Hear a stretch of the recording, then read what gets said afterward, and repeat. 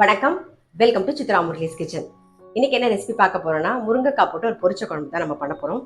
அதுக்கு வந்து ஃபர்ஸ்ட் ஒரு கரண்டி பருப்பு, ஒரு கரண்டி பாசிப்பருப்பு அதை நல்லா வாஷ் பண்ணிட்டு அதில் கொஞ்சமா பெருங்காயமும் மஞ்சள் பொடியும் போட்டு வேக வச்சு எடுத்து வச்சுக்கோங்க. இது பாருங்க, பருப்பு பாசிப்பருப்பும் வெந்து ரெடியா இருக்கு. இப்போ இந்த பக்கம் வந்து முருங்கைக்காயை வேக வச்சிருக்கேன், கொஞ்சம் உப்பு போட்டு வேக வச்சுட்டேன். ஸோ அதையும் இதில் சேர்த்துடலாம். இதெல்லாம் சேர்ந்து ஒரே ஒரு கொதி வரட்டும். ஒரே ஒரு ட்ராப் எண்ணெய் விட்டுக்கலாம்.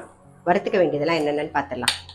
காரத்துக்கு ஒரு 4 வரமிளகா, அதில் ஒரு ஃபுல் டீஸ்பூனுக்கு தனியா, சின்ன டீஸ்பூனில் வந்து கடலைப்பருப்பு, அதே மாதிரி ஒரு சின்ன டீஸ்பூனில் உளுத்தம்பருப்பு. ஃபஸ்ட் இதை வறுத்துக்கலாம். இப்போ இது கூடவே வந்து தேங்காய் ஒரு 3 டேபிள் ஸ்பூன். தேங்காயோட ஈரப்பதம் போனால் போதும், ஆஃப் பண்ணிடலாம். வறுபட்டுருக்கு.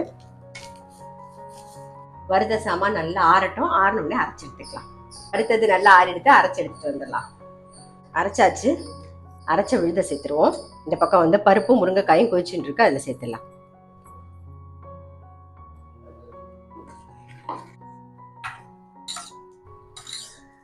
மிக்சி ஜார் அலம்பி அந்த தண்ணியை விட்டுருவோம்.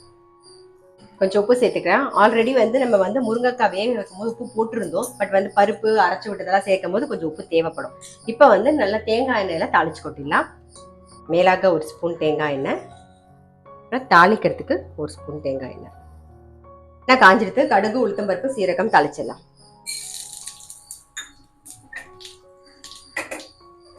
கொஞ்சம் கருவேப்பிலை. அவ்வளோதான், நம்முடைய பொரிச்ச குழம்பு ரெடி.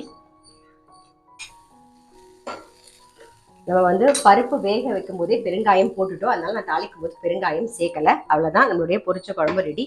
நல்ல சுட சாதத்தில் பிசைஞ்சு சாப்பிட்டீங்கன்னா அவ்வளோ டேஸ்ட்டாக இருக்கும். அதே மாதிரி ரசம் சாதத்துக்கும் தொட்டு சாப்பிட்றதுக்கு ரொம்பவே நல்லாயிருக்கும். பொரிச்ச குழம்பு இந்த மாதிரி ட்ரை பண்ணி பார்க்கல அப்படின்னா கண்டிப்பாக ட்ரை பண்ணி பாருங்கள். ரொம்ப ரொம்ப டேஸ்டியாக இருக்கும். நான் அடுத்த வீடியோவில் சந்திக்கிறேன்.